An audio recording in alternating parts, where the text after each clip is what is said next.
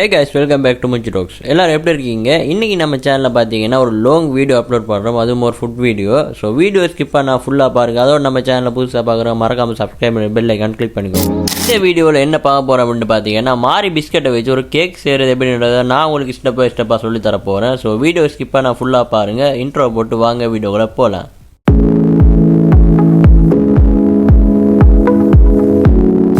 கேக்கு செய்கிறதுக்கான சாமான் எந்த தேவைன்னு பார்த்தீங்கன்னா 2 பிஸ்கட் பேக்கெட் எடுத்துக்கோங்க, அதோட ஒரு சொக்கோ பவுடர் எடுத்துக்கோங்க, ஒரு ஃப்ரெஷ் மில்க், ஒரு சாக்லேட், கொஞ்சம் பட்டர் எடுத்துக்கோங்க, அதோட வெனிலா எசன்ஸ் எடுத்துக்கோங்க. இதுதான் இந்த கேக்கை செய்கிறதுக்கான சாமான்.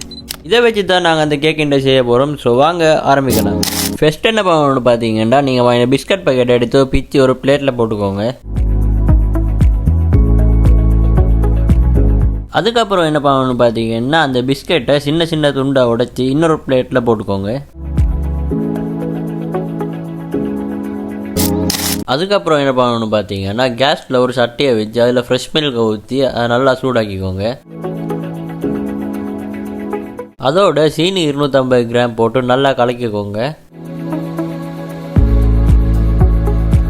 அதோட பட்டர் ஒரு கரண்டியும் வெள்ளை எசன்ஸ் ஒரு மூடியும் போட்டு நல்லா கலக்கிக்கோங்க.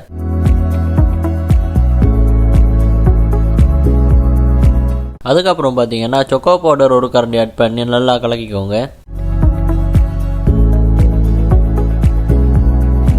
இந்த கலருக்கு வந்ததுக்கப்புறம் நீங்கள் உடைச்சி வச்ச இந்த பிஸ்கெட்டை போட்டு நல்லா பரட்டிக்கோங்க.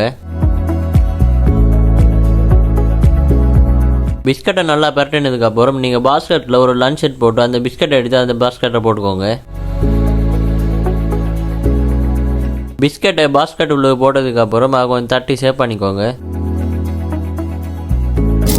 அதுக்கப்புறம் பார்த்தீங்கன்னா நீங்கள் ஃப்ரெஷ் மில்க் கொஞ்சம் ஒரு கப்பில் போட்டு அதை சுடு தண்ணியில் சூடாக்கி வச்சுக்கோங்க. அதோட நீங்கள் எடுத்து வச்சிருந்த சாக்லேட்டை வெட்டி அந்த ஃப்ரெஷ் மில்க் உள்ள போட்டுக்கோங்க.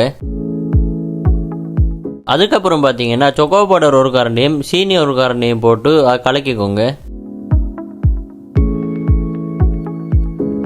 சாக்லேட்டை நல்லா கலக்கினதுக்கப்புறம் பிஸ்கட்டுக்கு மேலே அதை ஊற்றி நல்லா ஷேப் பண்ணிக்கோங்க. அதுக்கப்புறம் பார்த்தீங்கன்னா அதை எடுத்துகிட்டு போயிட்டு ஃப்ரீசரில் வச்சுருங்க. 1 hour கழிச்சு அதை எடுத்து பார்த்தீங்கன்னா எங்களோட மாரி பிஸ்கட் கேக் ரெடி. ஸோ வாங்க அது எப்படி இருக்கிறன்றதை டேஸ்ட் பண்ணி பார்க்கலாம். அப்படியே ஒரு துண்டு எடுத்து வெட்டி கடிச்சு பார்த்து உண்மையில வேறு லெவலில் இருந்துச்சு. நீங்களும் வீட்டில் ஃப்ரீயாக இருந்தீங்கன்னா ட்ரை பண்ணி பாருங்கள். உங்கள் ஃப்ரெண்ட்ஸுக்கு இந்த வீடியோ ஷேர் பண்ணுங்கள். மறக்காம மூஞ்சி டாக்ஸை ஃபாலோ பண்ணுங்கள்.